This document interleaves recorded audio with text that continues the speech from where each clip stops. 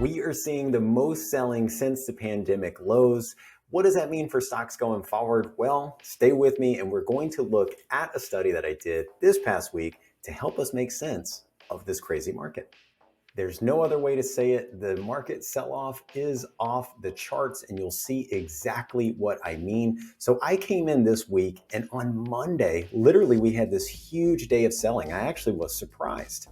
But what really tipped me off was when I saw that this was a bigger day of selling than what we saw in January and also what we saw in December.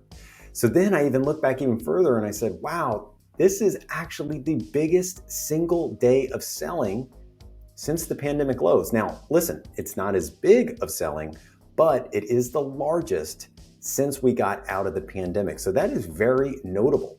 So I sat there and I said, well, what do stocks typically do going forward after such a selling event?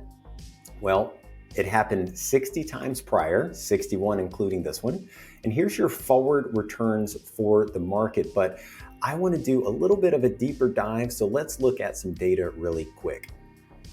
So here we are looking at the daily buys and sells, right? Big red days that usually, right? I'm familiar with our data.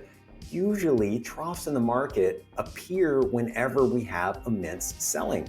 So going back to 2010, I'm not even sure what the event was, but the markets rallied soon after. You go here, where are we? 2011, come here. Typically, these red days appear at market troughs. So before we get into the data, I want you guys to realize that usually bottoms are formed when we have big red selling. Now the fun part is looking at data. Before I get into it, if you like this type of content, make sure to like and subscribe to our YouTube channel. It really helps us out.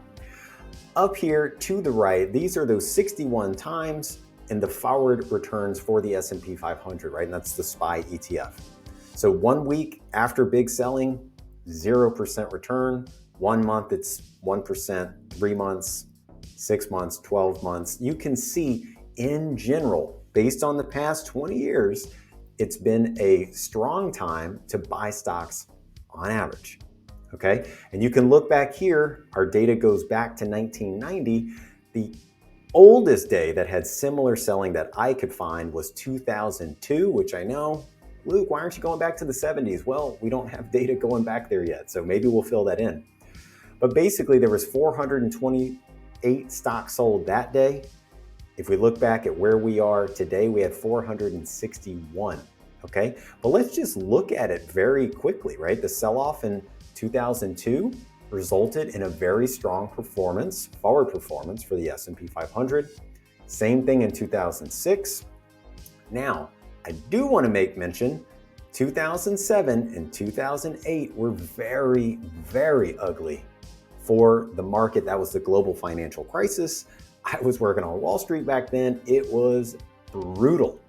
But as we work our way down, you will see that in general, a year later after this level of selling, it tends to be very green for stocks. So does that mean the coast is cleared? No, it doesn't. We've got a lot of issues that we got to deal with the market.